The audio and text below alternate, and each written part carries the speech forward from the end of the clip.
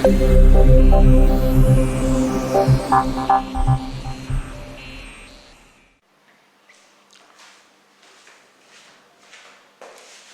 students. So in the last lecture we had discussed about energy, its standard definition, different forms of energy, mechanical forms also, and the inter-energy conversions or energy transformations. Today we will discuss about the law of conservation of energy. And if I go according to the definition, which means that you can't produce energy and you cannot destroy energy. Only energy can be transformed from one form to another form. What does it mean actually? So let's take an example. So suppose we are talking about our universe and we will consider our universe as a system. And if you don't want to take universe example, you can talk about any system which is something isolated from its surroundings. Okay. So for that system, it is having three components: A, B, C. We are just focusing over the system only, not over the surroundings.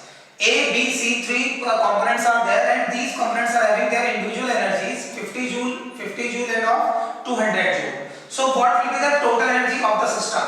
So the total energy of the system is 300 joule initially. Now suppose there is some kind of a change in the system, any kind of a change, mechanical change, or we can say physical change, or any kind of thermodynamical change, means after heating it or after breaking the components into multiple parts, whatever is there. Okay, so after a change, a system is having four components. Now the new number of components are 4, K, L, M, N, and these are nothing same as the initial one. So still, if we focus the total energy of the system, suppose K is having 50 joule of energy, L is having 50 joule of energy, M and N, they both are having 100 joule respectively. So the total energy of the system still will remain same as the earlier one, that is 300 joule. So basically what is happening here, that the total energy of the system will remain same or conserved. There will be no change in the total energy of the system, regardless of this thing that the individual components energy are getting changed, but the total energy will remain constant or conserved. This is known as the law of conservation of energy. Means you can't produce a new kind of energy, you can't destroy energy, or you can't destroy the existence of energy from the universe. You can only transform one form of energy into another form. Energy to work, even we can say, and work to back to energy, as we have discussed it already. So it is just simply obeying the law of conservation of energy. And if I go in a very in-depth concept, so energy can be further transformed back into matter. We can discuss about the Higgs boson particle, but I will give a lecture about it, we can say, in any different video. So today we are focusing just over the energy, not a relation between energy and mass. So basically we know very well that what is law of conservation of energy, that we can't create energy and we cannot destroy the energy. Energy can be transformed from one form to another form. So is there any mathematical evidence of this, or any kind of mathematical proof of this? So yes, according to your syllabus, if we try to prove it, so we will prove the conservation of mechanical energy for a freely falling body, which means if we drop a body under gravity, so each and every point lying on its path, the total energy of the body will remain same or conserved. There will be a transformation of potential energy into kinetic energy, but the total sum of all of the kinetic potential energies will remain same as the earlier one, or each and every point, right? So our next target is to prove this thing. That means the law of conservation of energy.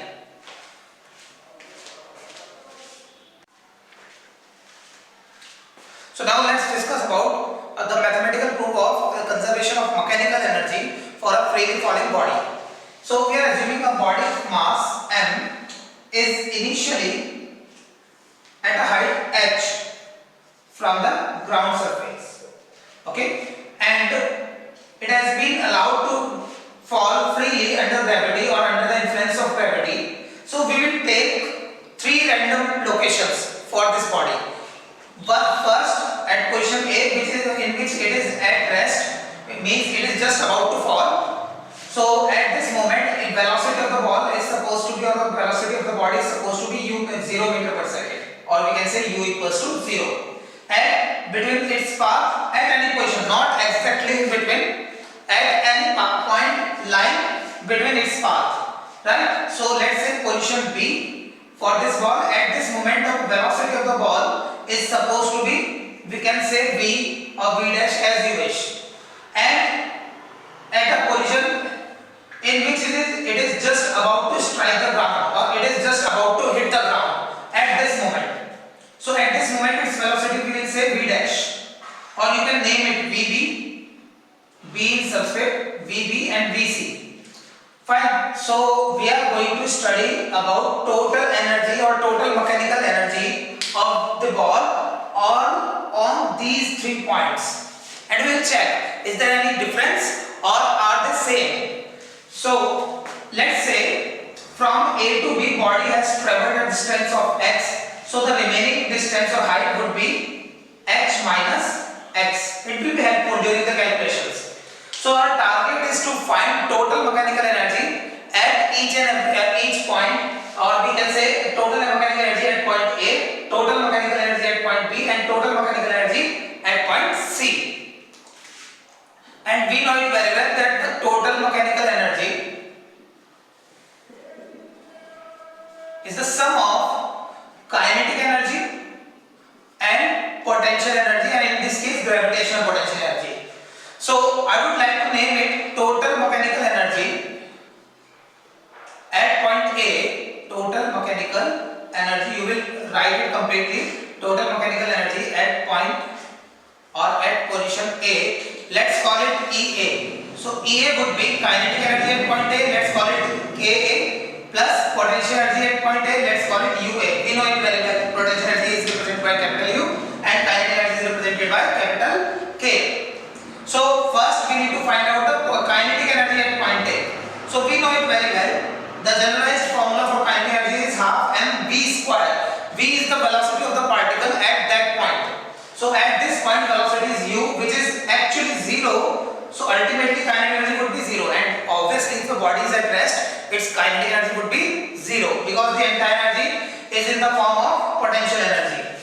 So the potential energy at point A, gravitational potential we are talking about. So gravitational potential formula is m into g into height of that body from Earth's surface. So height of the body from Earth's surface is h.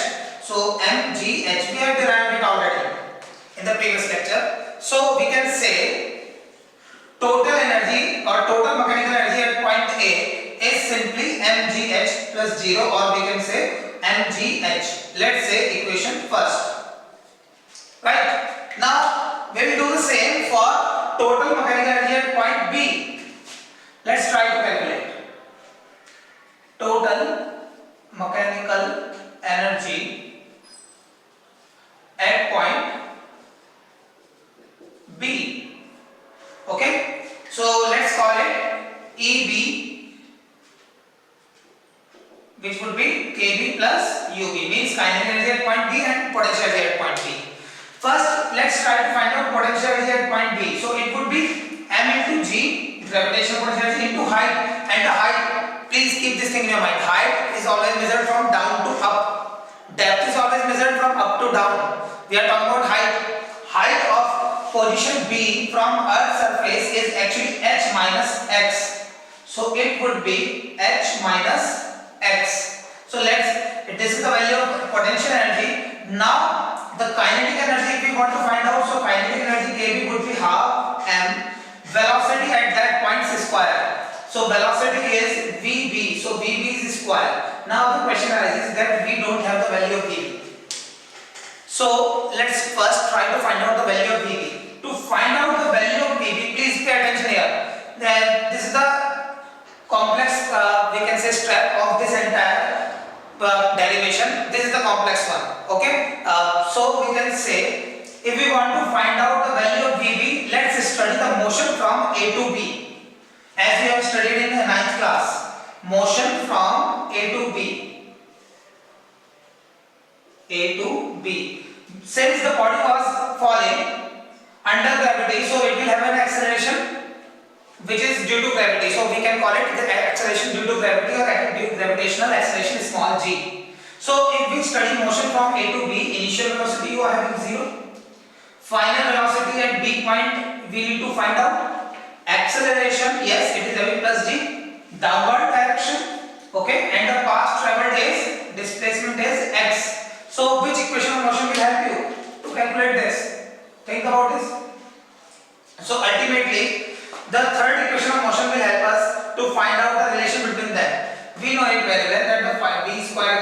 square plus 2as. We can use it. So Vb square would be, so u would be 0. So 2 into g into x. So this is the value of Vb square. And don't try to find out the value of Vb by squaring root it, because we need to put the Vb square here. So kinetic energy at point B, Kb is half m into Vb squares, which is 2gx. 2 to 2 will get cancelled. So Kb equals to mgx. Kinetic energy at point B. Now we are having the potential energy at point B, kinetic energy at point B. So the total energy at point B, EB, would be mgx kinetic energy plus UB is mgh minus x. Now please pay attention here. If you open this bracket, so you will get mgh minus mgx. Minus mgx and plus mgx will get cancelled with each other. So EB would be mgh, and you will find this amazing that the total energy at point B is same as the total energy at point A. It's a partial proof that the total energy is not getting changed from A to B. Why? If you focus on kinetic and potential energies individual values, which I want to enclose in blue boxes, so you will see one amazing thing. Here, total energy is in the form of potential energy, not in the form of kinetic. Kinetic is 0. While at point B, kinetic energy is having some kind of a value, non-zero value, and potential energy is also having some kind of a value. Means we can simply understand that the potential is getting transformed into kinetic energy when the body starts to fall. Its entire energy was in the form of potential initially, but as soon as it is falling downwards, its potential is getting transformed in the form of kinetic energy. So this is energy transformation, but the total sum of all energies remains same, constant. That is law of conservation of energy. In the same sense, you can find out the velocity at point C, Vc, and you will be able to find out the value of UC. Not UC, EC, total energy at C. If you may pause the video to copy this content, and now I would like to find out total energy at point C by keeping this equation here. Let's say total mechanical energy at point C. So let's say EC equals to KC plus UC, and ultimately UC would be 0 because it is just about to hit the ground. So average gap between the ground and the ball is so small, such small that it is 0.00 something. So answer would be into 0. So answer is 0, means the total energy of the system is lying in the form of kinetic, not potential. So UC is 0 while KC must have some value. So if we follow the standard that half m Vc square, again we will go for the same method that we will find out the velocity at point C, motion from A to C directly. Let's study motion from A to C. Initial velocity is 0, final Vc we need to find out, acceleration plus g under gravity, and the distance traveled is total height h. So simply Vc you can find out, so Vc square would be 2gh. You can follow this thing. Okay, so Vc square would be 2gh, and if we put this value, so Kc would be, it would be half m into 2gh. 2 to 2 will get cancelled, so it would be mgh, and you can see this time potential energy is 0 while kinetic energy is having some value, and it is just as same as the potential energy at this point. At this point the total energy was in the form of potential energy mgh, and this time total energy is in the form of kinetic energy, which is mgh, but the total energy remains same. We can say EC is 0 plus mgh, or you can simply say mgh. Let's say equation 3. So from equation first, second and third, you can say the total energy of the system will remain same or conserved, but the potential energy is getting transformed in the form of kinetic energy. Here potential energy is maximum, kinetic energy is 0.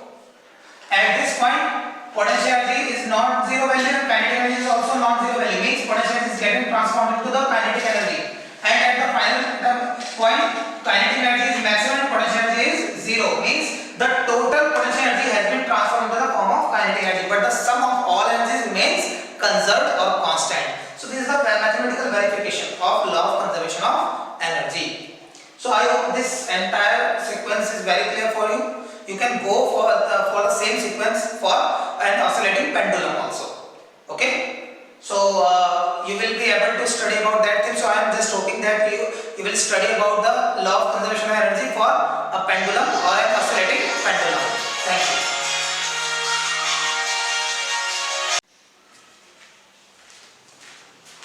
Now we have an idea about the actual meaning of law of conservation of energy. Now let's talk about some practical application from this law. So if we talk about the graphical representation of energy and the position of the particle for oscillating pendulum, this we are talking about this pendulum as we have discussed it already in the previous chapter, the oscillating pendulum, and these are it's supposed to be extreme positions during its oscillation in this path. Okay, so let's call its mean position as MP, extreme positions as EXP. Okay, and from the level of mean position we will call it the ground level for this oscillation, because above it or above from this level it is rising up or it is going back to this level whenever the pendulum is going up from mean to extreme or back to mean. So this height we are assuming as h. Okay, so at this point if we say it will have a velocity towards extreme positions. Say velocity at mean position V max, because as soon as it go beyond mean position or towards extreme position its velocity will decrease because it is going up against the gravity. So there will be a decrement in velocity. Ultimately its velocity is decreasing as it moves from mean position to extreme position. Velocity is decreasing, so ultimately its kinetic energy will also get decreased. So its kinetic energy is getting transformed into the form of potential energy. At its extreme position it will have maximum potential energy, and now when it comes back to its mean position its potential energy is getting changed into kinetic energy again. So at the mean position it will have maximum kinetic energy or maximum velocity, right? So if we try to plot a graph, so we can simply label that at mean position it will have kinetic energy maximum and potential energy zero, minimum we can say, right? And when it is at extreme position its total energy will get transformed to the potential energy, so potential energy would be maximum, we can say mgh, and kinetic energy would be zero because it comes to rest for a moment and starts back to fall. So kinetic energy is minimum, which is actually zero, right? The same for here. So if we plot a graph between energy and the position, so let's say it is the mean position, and the gap, let's say for extreme position the gap is called the amplitude, we know it very well, but right now I am just labeling it plus x for this and minus x. So if we try to plot a graph for mean position and extreme positions, extreme position at right and extreme position at left, it is plus x, you can say, and it is minus x. And maximum energy or total energy would be the sum of kinetic and potential, and it is simply mgh. We have proved it already. In this case it would be mgh. So let's say this is the maximum energy level. E here is maximum, which is mgh. So what do you think if I draw these as helping lines for the graph?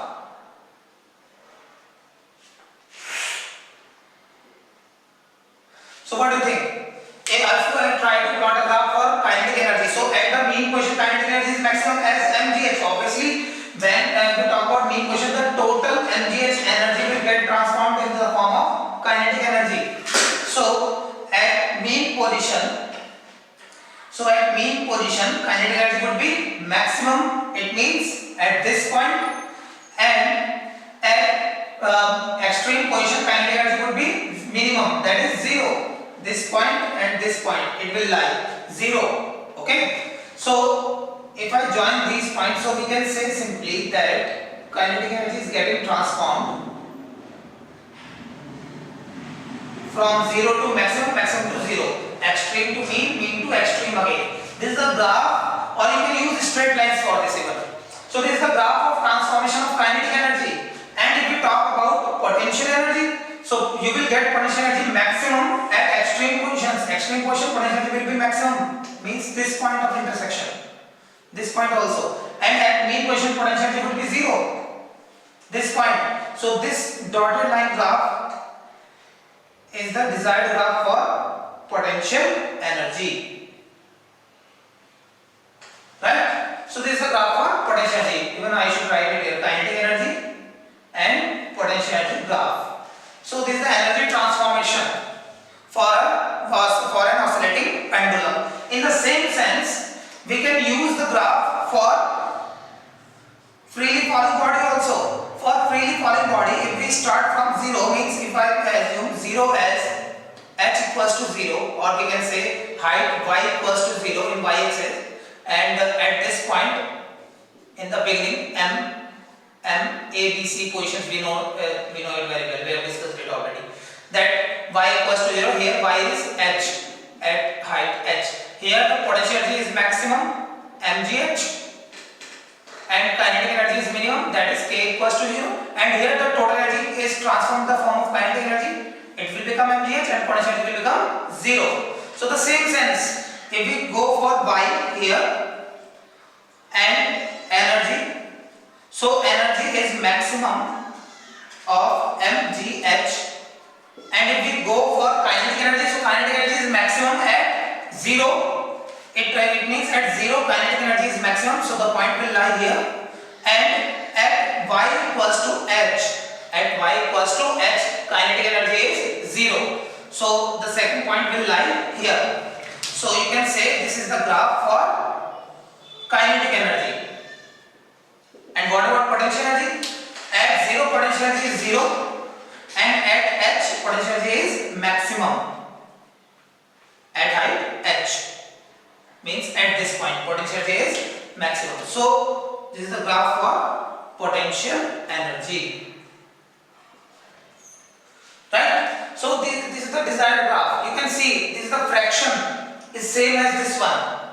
So there is a relation between kinetic and potential energy, the transformation relation, or we can say interchange. These are interchangeable. Kinetic energy can be transformed into potential, as well as potential energy can be transformed into kinetic. Now here comes the application. In some numericals, it has been asked that find out the velocity if you are having height and the mass of the particle. Means they are giving you the height of the extreme position, and they are asking about what will be its maximum velocity when it reaches on the mean position. So you can calculate it from the law of conservation of energy, that the total maximum energy or the potential energy at extreme position would be mgh. Simply you are having the value of m and h, and g is 9.8, or in the question if it is given 10, you will take 10. So mgh, and this potential energy is getting transformed into the kinetic energy maximum, which is half mv maximum square, you can say. So by putting these values equals to mgh, you can say m to m will get cancelled, so you will be able to find out the value of vmax. Vmax would be 2 into gh and square root.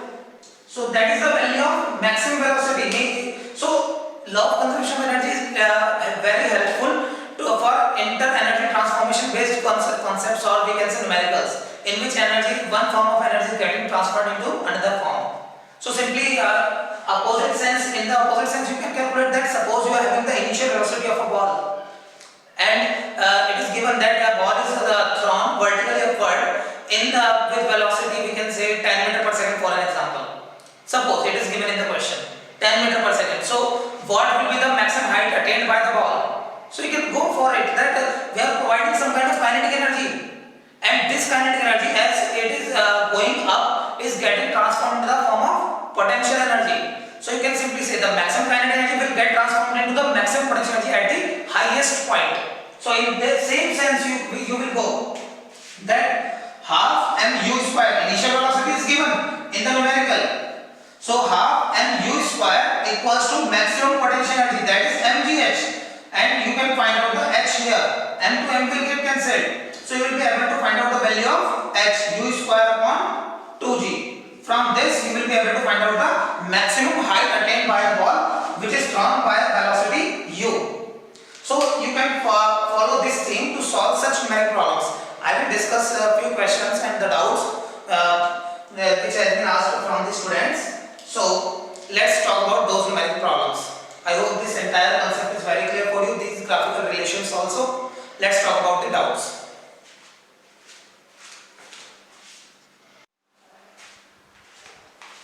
So now let's talk about few doubts related to this concept, that we are having some kind of a slope in a particular question, and this slope according to question, a ball or a sphere is there of mass m. Height is given, let's say h1, and the second height is h2. The first question of that, or we can say first part of that question, is to find the difference between the potential energies between the points or the positions A and B. Difference between potential energy at point A and potential energy at point B. It is very simple. You can calculate it. For potential energy at point A, it would be mgh1, and for potential energy at point B, it would be mgh2. h1 and h2 are given, so you will be able to find out the difference between them.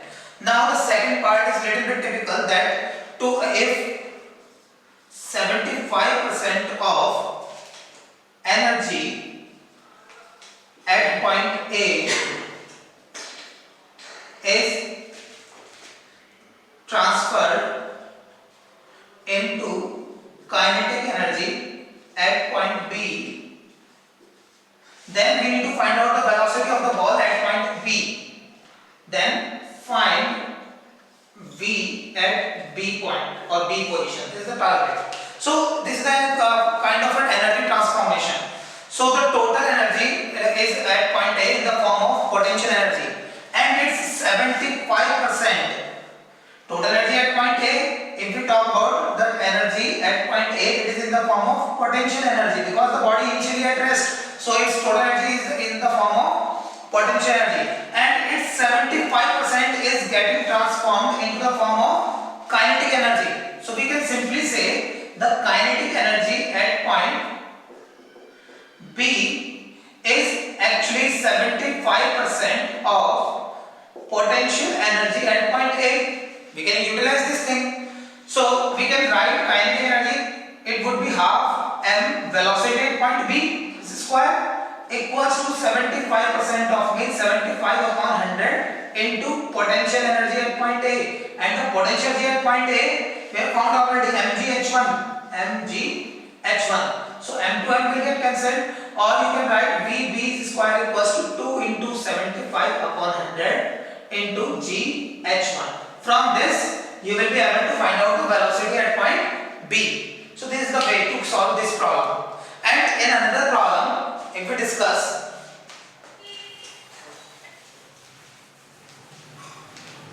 it is something related to hydroelectric power plants.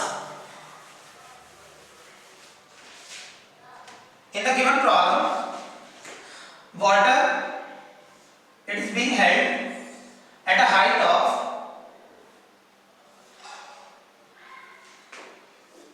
let's say h. It is being held at a height of h, and this water through the canals, it is being transformed with the help of turbines into electrical energy, right? So the question is, if the turbine's efficiency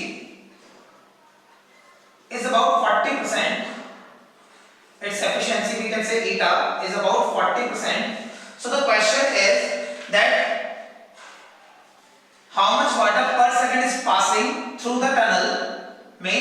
find out the mass per second. It means mass upon time. We can call it mass per second, which is passing through the tunnel to produce a power of 1 megawatt. This is some kind of a problem. Okay. So first thing we need to understand, is there any relation between this efficiency and this one? Because water mass per second, or it is the inner process, means input process, and this is the output relation. So first we need to relate input and output power. So input power is the power produced by, power input is actual power produced by this water, right? And output power we are getting actually. So this turbine's efficiency is eta, we know it very well. Efficiency eta equals to power output. We have discussed it in earlier lecture. Power input into 100 if we are talking about percentage. Okay. So from this we will be able to calculate power input. So power input would be power output upon efficiency into 100. From this you will calculate power input. And we know it very well. What is power? Power is actually rate of doing work done upon time. We know it very well. So we can say power input is input work done upon time. And here as I had discussed it already, that we can transform work into energy and energy back to work. So here the potential energy of water, because the water is staying at a particular height, so the energy possessed by water is in the form of gravitational potential energy, and the maximum potential energy of water, or potential energy of water, we can simply say is mgh, mass of water in the tunnel, and g into h, height of the tunnel at the entry point, right? This is the maximum potential energy. So, and this potential is getting transformed in the form of work done, which is being done by water over the turbine, that flowing water, or you can simply say potential energy is getting transformed into kinetic energy, and that kinetic energy is doing some kind of work to rotate the turbine. So we can simply say the potential energy is getting transformed in the work done, or we can say input work done. So input work done maximum is simply equal to potential energy maximum upon time, and potential energy is mgh upon time, and the question about to find out m upon t, we can conclude m upon t into gh. So now we have related the everything. So it is something related with P output, P input. So we have the value of P output converted into watts. So 1 kilowatt is simply 1000 watts. So similarly 1 megawatt is 10 to the power 6 watts. So 10 to the power 6 watts we can put the 10 to the power 6 watts upon eta efficiency is 40 into 100. So you will be able to find out P input. After putting the value of P input here as P output into 100 upon eta, and send G into H here, G into H, you will be able to find out mass per second passing through the tunnel. From this formula you will be able to find out the mass per second passing through the tunnel. So I hope these types of problems are very clear for you, and we will discuss about further problems in the next lecture. So I am just hoping that you will be able to solve the exercise after completing this lecture, and try to solve some workbook questions also. Okay, thank you.